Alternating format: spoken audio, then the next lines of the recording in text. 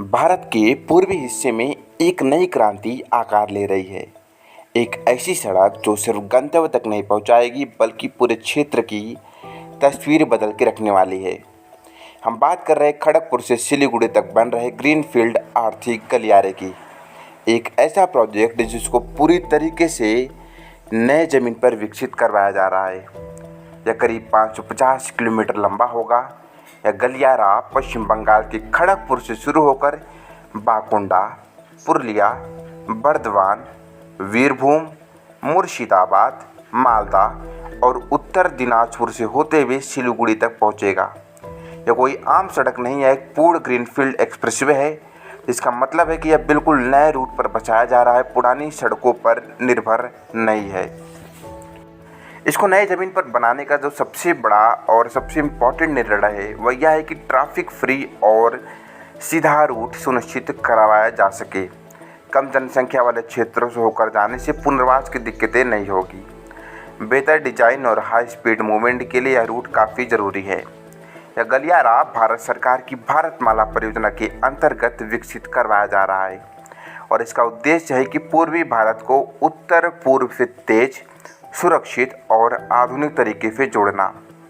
Expressway 4 से 6 लेन expressway का होने वाला है, जिसकी लिमिट रहेगी 100 किलोमीटर प्रति घंटा रहेगी। फुल्ली कंट्रोल एक्सेस रोड, यानी बीच में कोई रूट या रुकावट नहीं आएगी।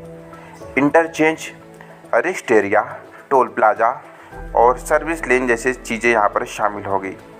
परिवहन का समय 40% तक का कम होगा। कृषि उत्पाद जल्द मार्केट पहुँचेंगे। बंगाल, झारखंड, बिहार और असम के बीच लॉजिस्टिक और व्यापार को बढ़ावा मिलेगा। नेपाल और भूटान से संपर्क और व्यापार आसान होगा। इसे मल्टी मॉडल कॉरिडोर के रूप से जोड़ा जाएगा, जिसमें रेल और जलमार्ग दोनों होंगे। ईवी चार्जिंग स्टेशन और ग्रीन एनर्जी इंफ्रास्ट्रक्चर भी बनाए जाएंगे।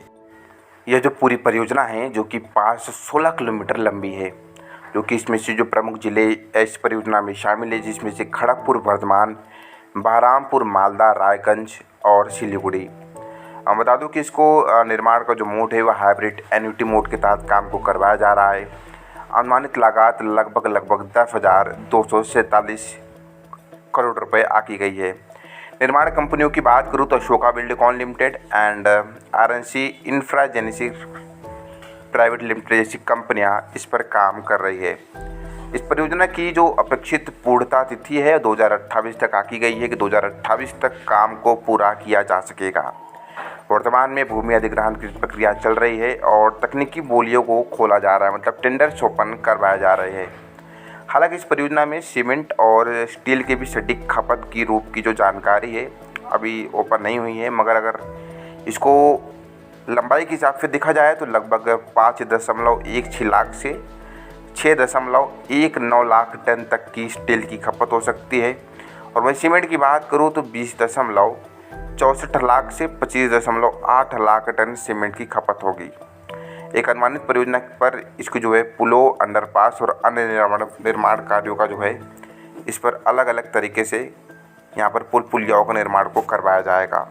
बता दें कि खड़गपुर से सिलीगुड़ी आर्थिक जो गलियारा है, इकोनॉमिक कॉरिडोर, यह एक भारत सरकार की महत्वाकांक्षी परियोजना है, जिसे भारत सरकार की भारतमाला परियोजना के अंतर्गत विकसित करवाया जा रहा है।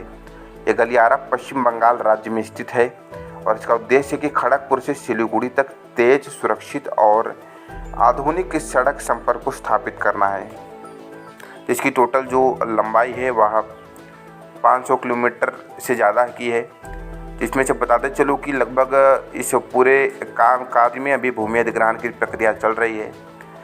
बता दो कि 230.9 किलोमीटर के जो रूट सेक्शन है, जिसमें से खड़गपुर से मुरग्राम है जो आर्थिक गलियारा है, जिसके लिए सितंबर 2024 में इसके टेंडर को ओपन किया गया था।